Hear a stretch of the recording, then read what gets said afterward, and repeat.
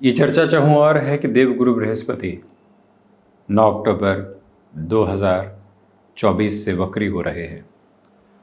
और इस चर्चा का जोर इस वजह से भी ज़्यादा है कि 9 अक्टूबर से लेकर 15 नवंबर 2024 तक देवगुरु बृहस्पति और शनिदेव ये दोनों ही प्रमुख ताराग्रही व्यवस्थाएं वक्री क्रम के साथ में चलायमान रहेंगी।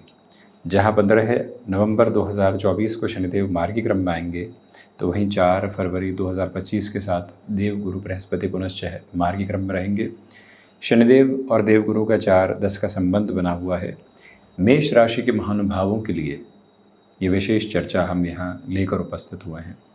गौर कीजिएगा कि देवगुरु बृहस्पति की जो स्थितियाँ द्वितीय भावस्थ क्रम में है, 5वीं दृष्टि से यहाँ केतु को एवं कन्या राशि स्थान को बुध के मूल त्रिकोण को देख रही है। एक तरह से धन भाव से देवगुरु बृहस्पति की स्थितियाँ स्पष्ट रूपेण यहाँ ऋण भाव को देखने वाली, और वो भी वक्री अवस्थाओं के साथ में चलायमान होकर। वहीं 7वीं दृष्टि अष्टम, तो वहीं 9वीं दृष्टि के साथ में जो अमृतमयी आधार जुड़ा होता है वो बृहस्पति के एक तरह से नीचस्थ राशि स्थान के साथ में जुड़ा हुआ, यानी 10th हाउस के साथ में जुड़ा हुआ। अब स्पष्टता ये रखने की आवश्यकता है कि ये 7.5 के पहले का क्रमबद्ध सिरा है जो सामने चलायमान है, और उसमें ये कहा जा सकता है कि आप संभावनाओं की अलग गूंज को अपने साथ प्राप्त कर रहे हैं। जन्मकालिक आधार पर यदि देवगुरु बृहस्पति वक्री हैं और अभी भी जब वक्री होंगे तो फलाफल के दृष्टिकोण से और अधिक बेहतरी की उम्मीद स्वयं के लिए की जा सकती है। वैसे भी अपने ही कारक भाव में देवगुरु बृहस्पति भाव स्वतंत्र में, जहाँ से वाणी को साथ ही साथ में धनागमन की स्थितियों और पारिवारिक जनों को देखा जाता है, उस 2nd हाउस में शुक्र राशि स्थान में गुरु है। तो जो अटका हुआ रुपया और पैसा लंबे समय से डिस्टर्बेंसेस के बेस को बनाया हुआ था, वहाँ से अब आप सॉल्यूशन ओरिएंटेड बेसिस को कांस्टेंट अप्रोच में अपने साथ में देखने वाले हो सकते हैं। पहली जो मुख्य आवाह है अपने साथ आप ये लेकर चलिएगा। दूसरे क्रम में ये गौर करें कि आपने कहीं निवेश किया था, उस निवेश के बेहतर दाम मिलने लगे हैं। मन और अधिक लालच में आता है कि रुका जाए, ठहरा जाए, फिर गणनाओं को देखा जाए। उस अवस्था से संभाल कर खुद को आगे बढ़ाने का पुनश्चः प्रयत्न करते चले जाना आपके लिए अत्यंत सुंदर एवं व्यवस्थित अवस्था कही जाएगी।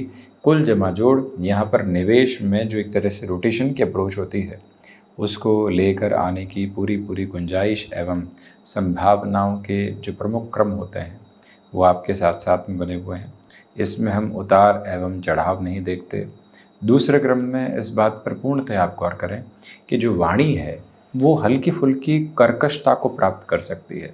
निर्णायक मौक़ों पर वाणी के साथ में कोई नकारात्मकता निकल कर नहीं आने पाए, इस बात पर बहुत ज़्यादा फोकस करने की रिक्वायरमेंट रहेगी। ये स्पष्टता यहाँ अंगीकार एवं स्वीकार करते हुए चलिएगा कि द्वितीय भावस्थ जब देवगुरु बृहस्पति वक्री हैं और एक तरह से शुक्र के राशि स्थान में है, तो यहाँ जो पारिवारिक जनों के साथ लंबे समय से आपके लिए कहीं न कहीं दुविधाएं बनी हुई थी या उलझनें बनी हुई थी, वो आकस्मिक तौर पर सामने आ सकती है, परंतु वहाँ से भी आपके लिए सॉल्यूशन ओरिएंटेड बेस पूरे तरीके से बनता हुआ नज़र आता है। इसमें कोई भी और डाउटफुल प्रोसेस नहीं है। कुल जमाजोड़ देवगुरु बृहस्पति का अपने ही कारक भाव में वक्री होना बेहतरी के संकेत देता है। इसके पीछे वजह ये है कि जब भी देवगुरु बृहस्पति जैसे कारकत्व एक तरह से सर्वाधिक आधार में चलने वाले ग्रह वक्री होते हैं, तो कारक भाव को उस स्तर की हानि नहीं पहुंचाते। ये अटमोस्ट पॉजिटिविटी के रिफ्लेक्सेस हैं जो आपके साथ साथ यहाँ चल रहे हैं। थोड़ा सा और गौर करें कि देवगुरु बृहस्पति वक्री रहते हुए यहाँ एक तरह से जब 5वीं दृष्टि से बुध राशि स्थान को एवं केतु को देखने वाले रहेंगे, तो ये एक स्पेसिफिक क्लैरिटी यहाँ निकल कर आती चली जाती है कि आप जो फाइनेंशियल बर्डन्स बने हुए थे उसको कहीं न कहीं आँख की किरकिरी समझने का काम करेंगे, यानी कि सबसे पहले उसे दूर हटाना है। वो जो तीव्रगामी ताकत 7.5 के पहले बनी हुई है वो आपके लिए बेहद शानदार कही जा सकती है। गौर कीजिएगा कि शनिदेव की व्यवस्थाओं को यहाँ दिखाया नहीं गया है, परंतु शनिदेव अपनी मूल त्रिकोण में एकादश भाव में चल रहे हैं। लाभ भाव और धन भाव का अद्भुत संबंध बना हुआ है। ये दोनों ही व्यवस्थाएं वक्री हैं, इसी वजह से आप किसी फाइनेंशियल इंस्टीट्यूशन के साथ में जुड़े हुए हैं। गुंजाइशें आगे के स्तर के साथ में शानदार सिरों में नज़र आ रही है, तो उसमें बहुत अधिक नकारात्मक होने की आवश्यकताएं नहीं, चिंतित होने की बिल्कुल भी ज़रूरत नहीं। अपनी पूरी पूरी ऊर्जा के साथ में आप आगे बढ़ने का एक तरह से जो प्रयत्न होता है वो करके आगे बढ़ सकते हैं।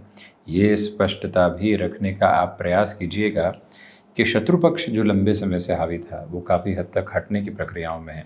देवगुरु का जो वक्री क्रम है वो और ज़्यादा स्पष्टता वहाँ से लेकर आता है। वहीं ये स्पष्टता है कि आप किसी शल्य चिकित्सा आदि की तरफ जा रहे थे, स्टमक को रिलेट करती प्रॉब्लम थी, मन में घबराहट है और खुद को और अधिक गुंजाइश देना चाहते हैं। वक्री व्यवस्थाएं कई बार उलट प्रवृत्तियों को लेकर आती है, उसे संभलने की पूरी पूरी गुंजाइशों को अपने साथ रखिएगा, अन्यथा दुविधाओं के घेरे अधिक बढ़ने वाले हो सकते हैं। इस एक अवस्था से संभलने की एवं स्वयं को सारगर्भित तौर पर व्यवस्थित करने की भी ज़रूरत आपके लिए रहेगी। अब जो देवगुरु बृहस्पति की जो 7वीं दृष्टि यहाँ रिसर्च हाउस पर है, अब थोड़ा सा और गौर करें कि शनिदेव भी वक्री 15 नवंबर तक वक्रगत अवस्थाओं में शतभिषा नक्षत्र में, इनकी भी दृष्टि जो है अष्टम भाव पर। तो जो हिडन प्रॉब्लम्स लंबे समय से अटकी हुई थी, मंगल राशि स्थान को दोनों ही व्यवस्थाएं देख रही है। आप विदेश संबंधी किसी भी अवस्था की तरफ जाना चाह रहे थे, ओवरसीज़ की अपॉर्चुनिटी आई है, वीज़ा को रिलेट करते हुए इशू, कोई और डॉक्यूमेंटेशन की प्रॉब्लम, वो हो यहाँ आपके लिए अब सॉल्यूशन ओरिएंटेड बेसिस को एस्टेब्लिश करने की पूरी पूरी रेप्लिका को लेकर आती है। ये अटमोस्ट पॉजिटिविटी के बेसिस आपके साथ क्यूमुलेशन में बने हुए हैं। ये भी गौर कीजिएगा कि जो एनालिसिस से संबंधित कामकाज की अवस्थाएं होती है वो और अधिक तीव्रगामिता को आपके समक्ष रखती चली जाती है। दुविधाएं उस स्तर से आपके साथ में हस्तांतरित होने वाली नहीं होती। अटमोस्ट पॉजिटिविटी की रेप्लिका को एस्टेब्लिश करते हुए आप अपनी जर्नी को फंक्शनल बेसिस पर आगे बढ़ाते चले जाते हैं, उसमें कोई और भी हस्तक्षेप नहीं। ये गौर करते हुए चलने का प्रयत्न कीजिएगा कि आपके लिए यहाँ पर तकनीकी कामकाज से संबंधित अवस्थाओं में और अधिक तीव्रता की उम्मीद है। ये समय दुविधाओं के मानक स्थापित करने वाला नहीं होता। चिंताओं से हटाकर आगे बढ़ने की जो यात्रा है वो लगातार आपके साथ एक अलग गूंज को प्रवर्तमान करके चलने का प्रयत्न करती चली जा रही है। मेष राशि के महानुभावों के लिए वैसे भी 29 मार्च 2025 तक का समय महत्वपूर्ण, और जो ये लगभग 4 फरवरी 2025 तक का समय देवगुरु बृहस्पति की वक्री क्रम की व्यवस्थाओं का है, इसे आप अपने लिए अद्भुत संकेतों के स्वरूप में देखिएगा। देखिए, यहाँ डर और घबराहट से हटकर अपनी जीवन यात्रा को देखने की आवश्यकता है। वहीं आध्यात्मिक तौर पर जो ओज है वो आपके साथ साथ बना हुआ है।